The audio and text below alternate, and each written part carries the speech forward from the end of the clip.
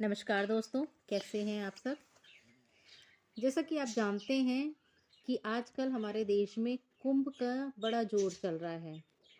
तो आज हम जानेंगे कि ये कुंभ क्या होता है, ये कैसे शुरू हुआ और इसके पीछे क्या कथा है और इसका क्या महत्व है। सारा कुछ विस्तार से जानेंगे।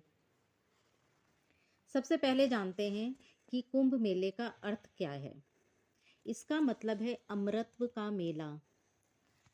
यह एक आध्यात्मिक महोत्सव है जिसमें लाखों लोग पवित्र नदियों में स्नान करते हैं।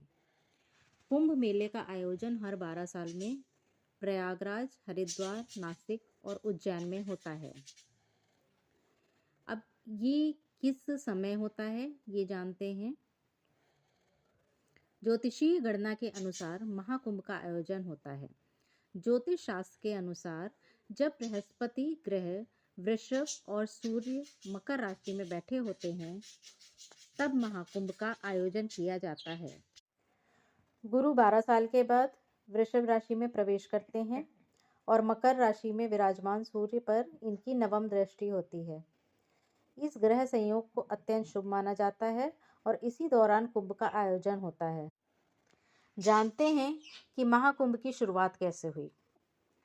पौराणिक कथा के अनुसार जब देवताओं और असुरों के बीच समुद्र मंथन हुआ था, तब समुद्र मंथन के दौरान भगवान धन्वंतरी अमृत कुंभ यानी कलश को लेकर प्रकट हुए थे। देवताओं के संकेत पर इंद्रपुत्र जयंत अमृत से भरा कलश लेकर भागने लगे और असुर जयंत के पीछे भागने लगे। अमृत कलश की प्राप्ति के लिए देवताओं और दैत्यों के बीच 12 दिन तक भयंकर युद्ध हुआ। माना जाता है कि देवताओं का एक दिन मनुष्य के 12 वर्ष के बराबर होता है। इस युद्ध के दौरान जिन जिन स्थानों पर कलश से अमृत की बूंदें गिरी थीं, वहां पे कुंभ मेला लगता है। अमृत की बूंदें इन 4 जगहों पर गिरी थीं: प्रयागराज, हरिद्वार, उज्जैन और नासिक।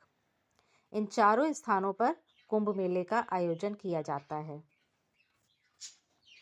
धार्मिक मान्यताओं के अनुसार कुंभ में गंगा का स्नान अमृत पान के समान माना जाता है।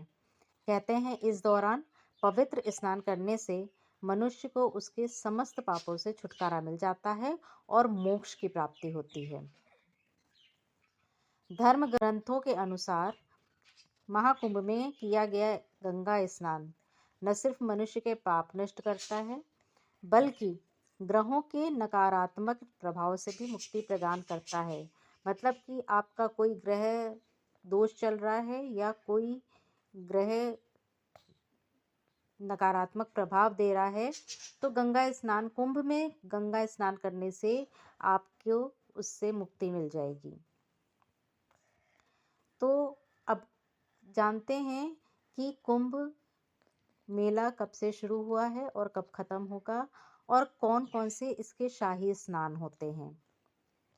तो कुंभ मेला शुरू हुआ है 13 जनवरी से और ख़त्म होगा ये 26 फरवरी को।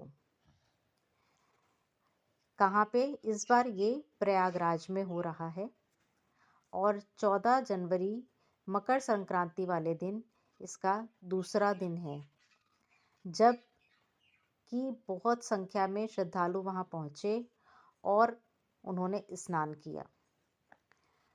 सुरक्षा के कारण इतनी बड़ी संख्या में श्रद्धालु पहुँचे हैं।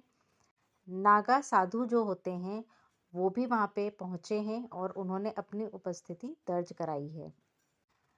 ये कुंभ जो महाकुंभ है इस बार का, ये 144 यानी 144 सालों के बाद आया है और ये बहुत खास माना जाता है।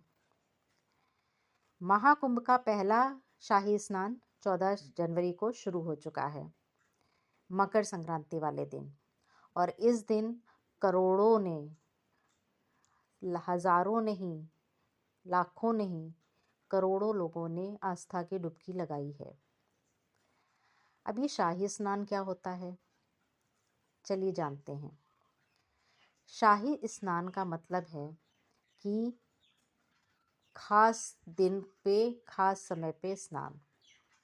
इस दिन अगर संगम में डुबकी लगाते हैं तो कई गुना ज़्यादा पुण्य मिलता है। ऐसा भी कहा जाता है कि इस दिन स्नान करने से न सिर्फ इस जन्म के बल्कि पिछले जन्म के पाप भी नष्ट हो जाते हैं। इसके साथ अगर हम स्नान करते हैं तो हमारे पितरों की आत्मा को भी शांति मिलती है। तो शाही स्नान की डेट क्या क्या है? पहला शाही स्नान पड़ा 13 जनवरी को, जो कि पौष पूर्णिमा थी। दूसरा शाही स्नान 14 जनवरी को, मकर संक्रांति वाले दिन। तीसरा शाही स्नान 29 जनवरी को, मौनी अमावस्या वाले दिन। चौथा शाही स्नान 3 फरवरी, वसंत पंचमी को। पांचवा शाही स्नान 12 फरवरी को, माघी पूर्णिमा वाले दिन। छठा 26 फरवरी को, महाशिवरात्रि वाले दिन। और वो ही शाही स्नान आखिरी शाही स्नान होगा इस कुंभ का। तो अब मकर संक्रांति क्या होती है?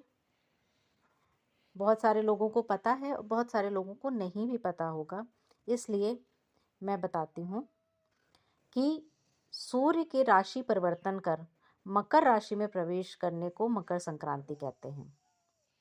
धर्मशास्त्रों के अनुसार इस दिन स्नान, पुण्य, दान, जप, धार्मिक अनुष्ठानों का विशेष महत्व है। इस अवसर पर दिया हुआ दान पुनर्जन्म होने पर 100 गुना होकर वापस मिलता है। पौराणिक ग्रंथों में तिल के तेल से स्नान करना, तिल का उपटन लगाना, तिल से होम करना, तिल का जल पीना, तिल से बने पदार्थ खाना और तिल का दान देना, ये 6 कर्म तिल से ही होने का विधान मिलता है। तभी आज भी कहा जाता है कि तिल खाना जरूर चाहिए और तिल से नहाना जरूर चाहिए। मतलब उस दिन मकर संक्रांति वाले दिन हम जितना कर सकते हैं, अगर सब कुछ नहीं भी कर सकते हैं तो जितना कुछ हम कर सकते हैं वो करने की मान्यता है और वो करना चाहिए। उसके बाद जो अगला शाही स्नान 29 जनवरी मौनी अमावस्या वाले दिन होना है। तो मौनी अमावस्या क्या होती है? अमावस्या सभी जानते हैं। अब ये पड़ती कब है? माघ मास में कृष्ण पक्ष की जो अमावस्या होती है उसी को मौनी अमावस्या कहते हैं। माघ के महीने का सबसे बड़ा स्नान पर्व है ये।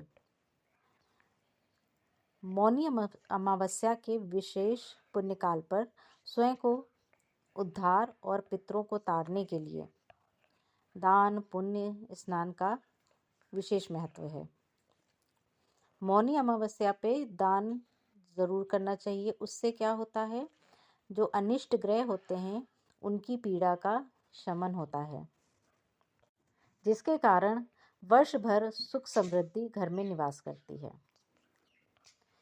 उसके बाद अगला शाही स्नान होना है बसंत पंचमी वाले दिन। तो बसंत पंचमी क्या है?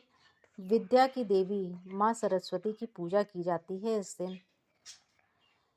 माँ सरस्वती का स्मरण, पूजन और उनके नाम से स्नान दान कर ध्यान से अंतःकरण में स्थित सरस्वती जीवा पर विराजमान हो जाती हैं।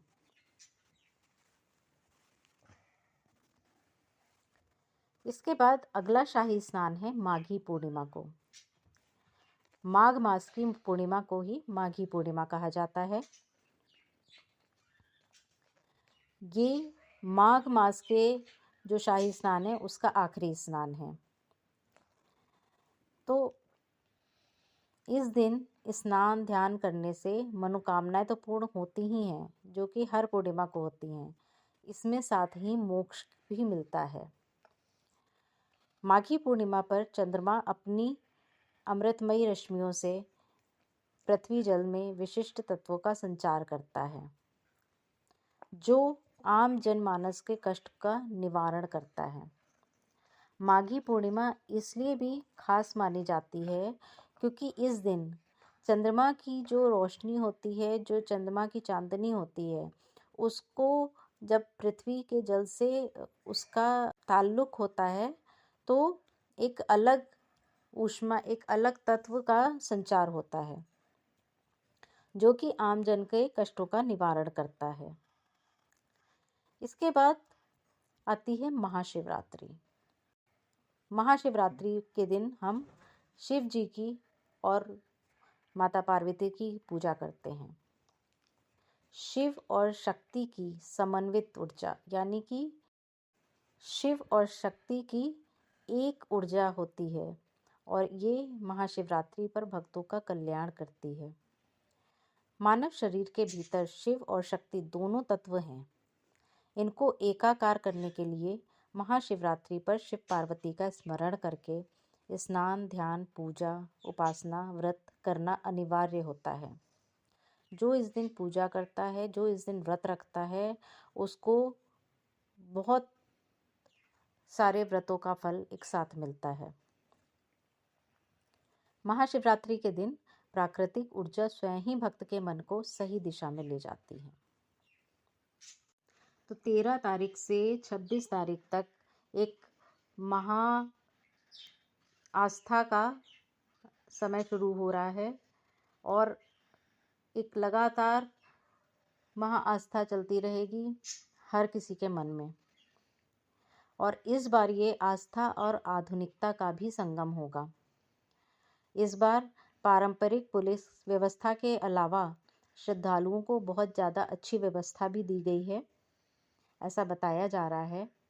इस बार कुंभ भव्य, दिव्य, डिजिटल और सुरक्षित हो, इसके लिए बहुत सारी व्यवस्थाएं की गई हैं।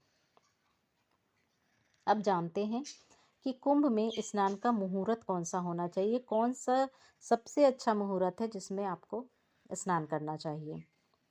तो वैसे तो किसी भी समय जाके स्नान कर सकते हैं, क्योंकि ये समय ही इतना अभूतपूर्व, इतना शुभ समय चल रहा है जिसकी कोई गणना ही नहीं है। लेकिन इसके अलावा भी कहा जाए तो ब्रह्म मुहूर्त का समय सबसे अच्छा माना जाता है। ब्रह्म मुहूर्त रात्रि पहर के बाद सूर्योदय से ठीक पहले का समय होता है। नॉर्मली अगर हम देखें, सुबह के 4 बजे से लेके 5:30 बजे के बीच का समय ब्रह्म मुहूर्त कहा जाता है।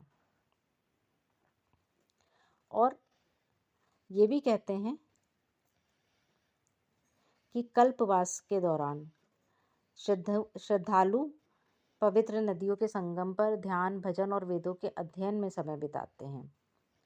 कहते हैं कि कल्पवास करने वाले व्यक्ति को अगला जन्म राजा के रूप में मिलता है, इसलिए कुंभ कल्पवास की भी मान्यता है। तो मैं उम्मीद करूंगी कि आपको मेरी बताई हुई जानकारी पसंद आई होगी, और जिनको कुंभ के बारे में कुछ डाउट्स थे, कुछ इन्फॉर्मेशन कम थी, उन्हें सारी इन्फॉर्मेशन मिली होगी। अगर आपको ये जानकारी पसंद आई है, अगर आपको मेरे चैनल पसंद आता है, तो मेरे चैनल को सब्सक्राइब करें और आगे शेयर भी करें, जिससे कि और लोगों तक भी ये जानकारी पहुँचे। और मुझे मोटिवेट करने के लिए, मेरा साथ देने के लिए आप सभी का बहुत बहुत धन्यवाद। मिलती हूँ मैं अगले वीडियो में। धन्यवाद। नमस्कार। हर हर महादेव, हर हर गंगे।